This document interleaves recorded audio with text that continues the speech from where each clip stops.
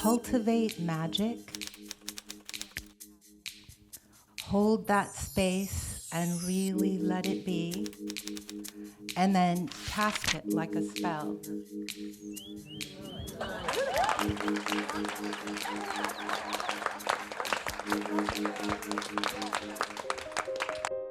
You know, these are important conversations to have. How we judge other people just from afar, you know, rich or poor, you know, status.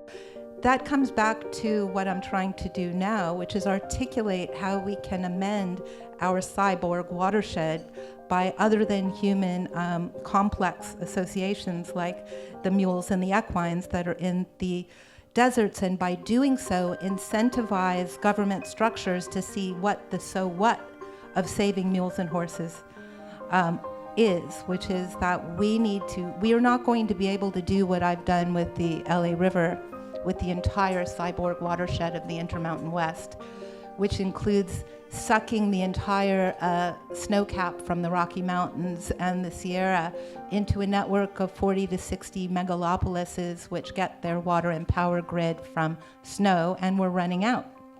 So we're going to have to figure out how to not take apart the infrastructure that we've built over the last 150 years, but how to use AI and software to think about a network of sensors that will tell you how to repair small, novel, mini ecosystems that may be maverickly founded by equines.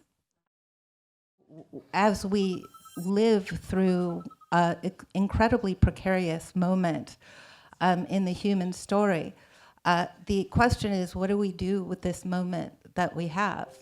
And I can't think of any more important purpose than to think about reparation and all the things that have been broken by short-sighted problem solving that didn't want to look at the long-term consequences of that. So I'll start by really raising the idea of feminine values, because that really is at the root of the work that I do related to climate and conservation.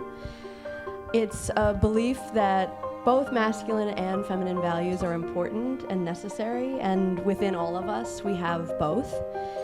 But at this moment in our world, there's an imbalance. And our world, and certainly the American orientation, is far more driven by masculine values. And that when we look at Mother Earth, when we look at the state of our communities, families, and planet, what could be incredibly beneficial and quite revolutionary would be to infuse more feminine values in the ways in which we look at addressing challenges. So what does that look like? That could be emphasis on collaboration, emphasis on nurturing, on gathering, on the idea of the family, not necessarily all blood relatives, but the collective, as someone earlier said. And that is a value that's very much intertwined with the work that I'm involved in with Daughters for Earth, which, as you said, is a women-led climate movement.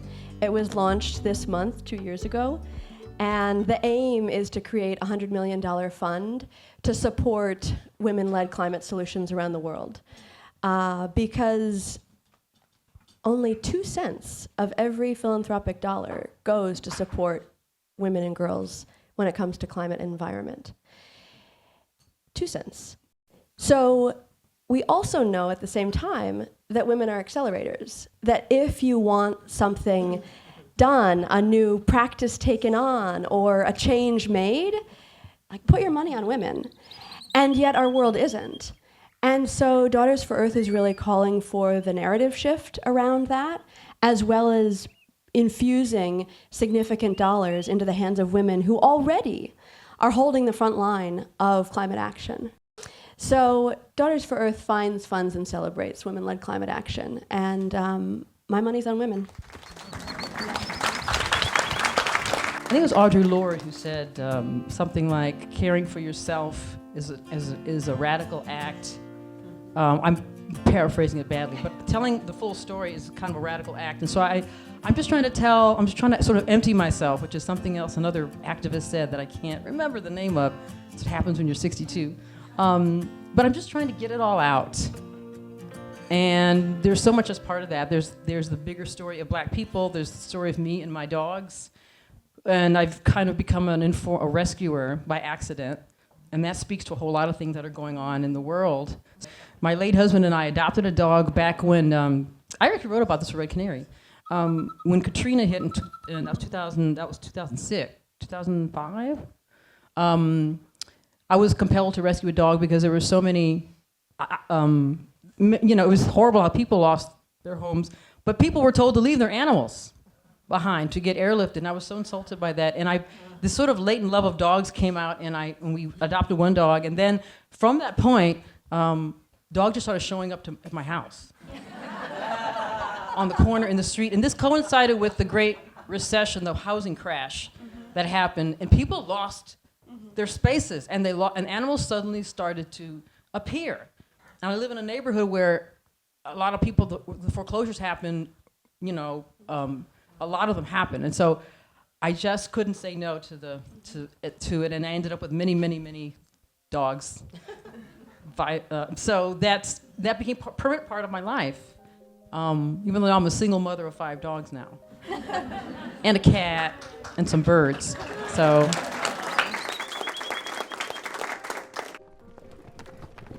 I'm going to dumb this down because I know this much. I'm really at the beginning of my education with it.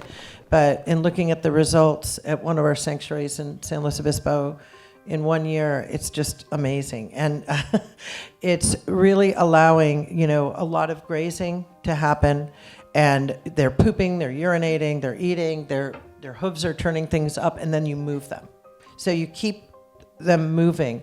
More similar to the way it would be thousands of years ago when you had no wildlife corridors blocking wildlife, movement, and you had larger predators moving herds constantly. It's not like strip grazing, it's different. It's more like a lot of movement and a lot of rest.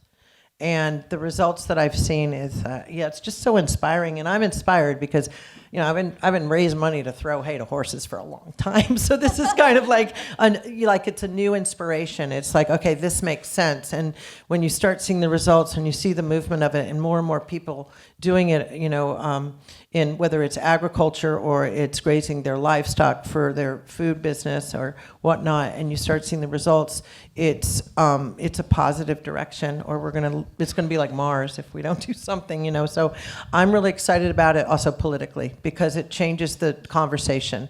And trying to get the Bureau of Land Management to change the way they're managing our public lands is going to be a battle. But if we can do these pilot programs and keep things going, which we're doing one right now with Alejandro Carrillo in Arizona. He's got a small pilot program going on with the military there, and we just sent 10 burros to go along with the cows. So hopefully next Alaska to send some horses. So when Mustangs, they love to sell the cigarettes with the Mustang or whatever, but they don't. But it's a bad word if you're in Nevada or Wyoming or, most areas of the Rogue West, where they see them as a threat to their way of life with cattle ranching. So to flip the conversation and say, no, the cows and the horses and the wildlife, there can be more. And they all win. And they're all part of the solution. We have to change the way we're managing them. So that's exciting to me.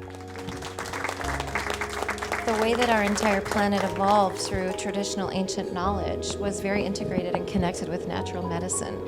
And then in about 1845, we implemented in the United States the Manifest Destiny doctrine, which entitled President Polk at the time was the one who implemented it to take the land and to take children and kill a lot of people. At the same time, they started the American Medical Association, which was started with the intent on capitalizing medicine. And then about 30 years later, they started the Department of Communications, which was designed to delegitimize natural medicine practitioners. And they did a really good job of it. Today, 70% of our drugs in Big Pharma come from plants. They take the active components, they patent those plants, and they put them through about $1 billion process to become a drug. I had a lot of interactions with the FDA in the last 15 years. I feel a real compelling soul mission to get my medicine to everyone who needs it. So I've developed all this, science, and I thought, as soon as the FDA sees my science, they're going to want to help me make this available to everyone who needs it. No, that didn't happen. They instead wanted me to file for a new drug application. Can anyone here guess how much it is just to apply for a drug? Guess high. Anyone? 50,000. More? More? Wait. It's $2.4 million to apply for a drug. The only difference is the claim that you make on the package. The first entire phase of drug testing is very gruesome animal testing.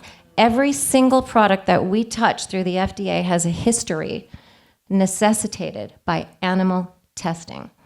So I worked for Wall Street for 13 years, so in 2004, when I was offered an opportunity to partner with a military bandaging company, if I would just do this animal testing, and they were promising me hundreds of millions of dollars a year, I turned it down, and I sort of had this moment where I just knew that this was part of my sole purpose, was to get this product through the FDA without using animal testing to still achieve my goal.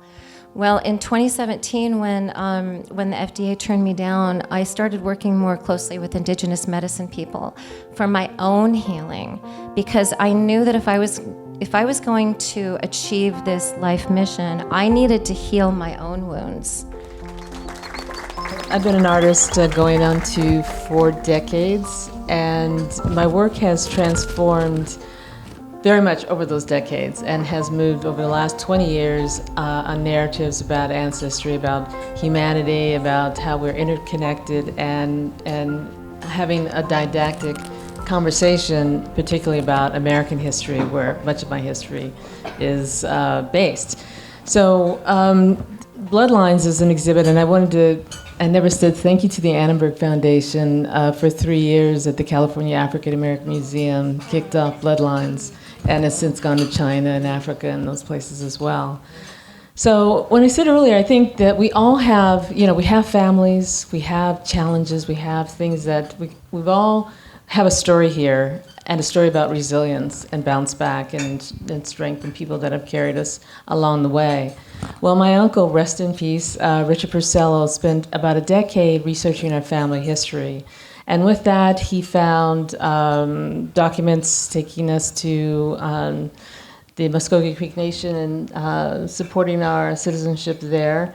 Then DNA with the European portion of my family, which also has a lot of slavery, with DNA to confirm our relatives and our interconnectedness in that narrative, in that story. And then with my African heritage too. So when I started to read the book and look at pictures, and my uncle interviewed every family member that he could find, first cousin, second cousin, third cousin.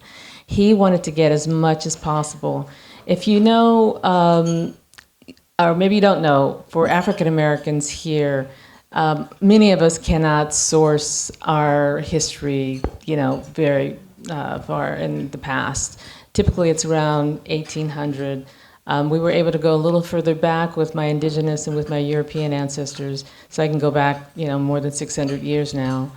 But looking at these stories and looking at these faces, I had this feeling that I had this responsibility. For the beginning of my career, I made beautiful art for art's sake, where my heart was inspired. And a lot of that was figurative work, because I feel that the figure being human is the primary. That's how we experience the rest of the world.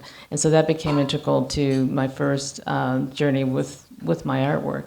But after reading my uncle's books, seeing pictures of ancestors that were slaves, that were slave owners, that were Native Americans, that were documents, land lost, land stolen, migration, so forth, and then also looking at ancestors who were immigrants from Germany and from Italy, and the time frame of what they were experiencing and what may have inspired them to come to America. this really brought home this question about American history and, you know, the power and the beauty and also the hypocrisy. So I started delving deep into, you know, wanting to really bring stories that are forgotten, or we say, oh, that was an episode in American history. Is that really relative to bring up? Well, it's greatly relative if you look at, you know, what's happening today and, you know, the alienation and disenfranchisement of people of color. So Passion is about interconnectedness, bringing people together, building empathy, having important conversations about history, and building, you know, a community as well that I can with the tools that I have. It would be amiss of me also not to acknowledge my mother, Wallace Annenberg, whose beach house you're in today. Yeah.